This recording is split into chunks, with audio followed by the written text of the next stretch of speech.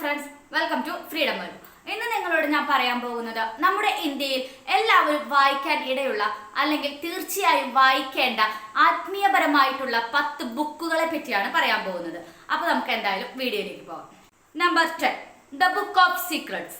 ജീവിതത്തെ അതിന്റെ എല്ലാ സമ്പന്നതയിലും ആസ്വദിക്കാനുള്ള അവരുടെ കഴിവിനെ പരിമിതപ്പെടുത്തുന്ന വ്യവസ്ഥാപിത വിശ്വാസ വ്യവസ്ഥകളെയും മുൻവിധികളെയും പരിശോധിച്ച് അവയിൽ നിന്ന് മുക്തി നേടാൻ ഓഷോയുടെ ഈ പുസ്തകം വളരെ സഹായകരമാണ്.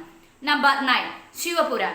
ഹിന്ദു മതത്തിലെ സംസ്കൃത ഗ്രന്ഥങ്ങളുടെ പുരാണ വിഭാഗത്തിലെ 18 ശൈശവ മത സാഹിത്യ കോർപ്പസിന്റെ ഭാഗവുമാണ്.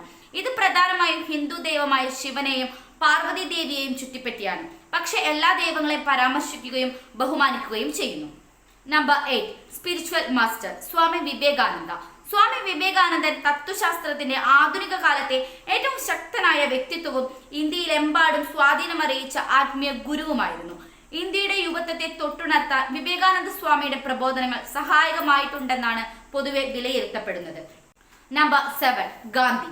1893 ദക്ഷിണാഫ്രിക്കയിലേക്ക് കപ്പലേറുമ്പോൾ സ്വന്തം രാജ്യത്ത് പരാജിതനായ ഒരു വക്കീലായിരുന്നു മോഹൻദാസ് കരംചന്ദ് ഗാന്ധി. തുടർന്നുള്ള 2 പതിറ്റാണ്ടുകൾ അദ്ദേഹത്തെ മഹാത്മാഗാന്ധിയാക്കി മാറ്റി.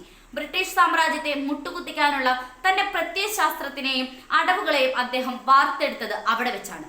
നമ്പർ 6, ഓട്ടോബയോഗ്രഫി ഓഫ് എ യോഗി.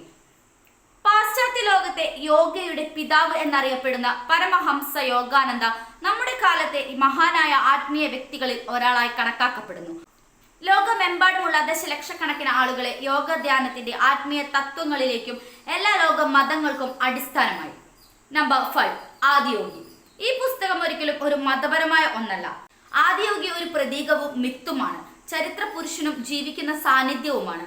സൃഷ്ടാവും സംഹാരകനും നിയമവിരുദ്ധനും സന്യാസിയും പ്രപഞ്ച നർത്തകനും വികാരഭരിതനായ കാമുകനും ആദിയോഗിയുമായി ശിവനെ ചുറ്റിപ്പറ്റിയുള്ളതാണ്.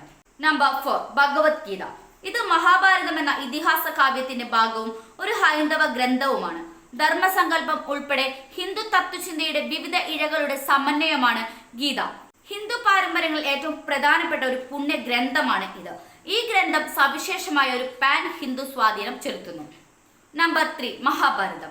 ലോകത്തിലെ ഏറ്റവും ബൃഹത്തായ ഇതിഹാസ കൃതികളിൽ ഒന്നാണ് മഹാഭാരതം. വേദങ്ങൾ ഉൾക്കൊള്ളാൻ കഴിയാത്ത സാധാരണ ജനങ്ങൾക്ക് സമർപ്പിക്കപ്പെട്ട കാവ്യശാഖയാണ് ഇതിഹാസങ്ങൾ എന്ന ശങ്കരാചാര്യരുടെ അഭിപ്രായത്തെ പിന്തുടർന്ന് മഹാഭാരതത്തെ പഞ്ചമവേദം എന്ന് വിളിക്കുന്നു. വേദവ്യാസനാണ് ഇതിന്റെ രചയിതാവ് എന്നാണ് വിശ്വസിക്കപ്പെടുന്നത്. നമ്പർ 2, സമ്പൂർണ്ണ രാമായണം. ലോകോത്തര മഹാകാവ്യങ്ങളിൽ ശ്രേഷ്ഠവും പഴക്കമേറിയതുമാണ് തുഞ്ചത്തെഴുത്തച്ഛന്റെ രാമായണം. രാമായണത്തിന് മുമ്പ് നിരവധി പ്രസിദ്ധീകരണങ്ങൾ ഉണ്ടായിട്ടുണ്ട്. അവയിൽ നിന്നെല്ലാം വ്യത്യസ്തമായി വായനക്കാർക്ക് അനായാസമായി വായിക്കാനുതകുന്ന അക്ഷര സമുച്ചയങ്ങളും പദ്യവും ഗദ്യവും പദാനുപദങ്ങളുടെ അർത്ഥവും ഉൾക്കൊള്ളിച്ചിരിക്കുന്നു. നമ്പർ 1, വചനാമൃതം. ശ്രീ രമണ മഹർഷിയോട് അനേകം ഭക്തന്മാർ ചോദിച്ചിരുന്ന ചോദ്യങ്ങളെയും അവയുടെ ഉത്തരങ്ങളെയും ശേഖരിച്ച് മുനകല വെങ്കട്ടരാമയ്യ എന്ന ഭക്തൻ തയ്യാറാക്കിയ ഗ്രന്ഥത്തിൽ 653ഓളം സംവാദങ്ങൾ അടങ്ങിയിരിക്കുന്നു. ആത്മജ്ഞാനത്തിന്റെ തത്വം വിശദമാക്കുന്ന ഈ മഹാകൃതിയുടെ 1ാം ഭാഗമാണ് ഇത്. ഈ വീഡിയോ നിങ്ങൾക്ക് ഇഷ്ടമായെങ്കിൽ ലൈക്ക് ചെയ്യുക. അതുപോലെ നിങ്ങളുടെ അഭിപ്രായങ്ങളും നിർദ്ദേശങ്ങളും കമന്റ് ബോക്സിൽ ടൈപ്പ് ചെയ്യുക. Thanks for watching.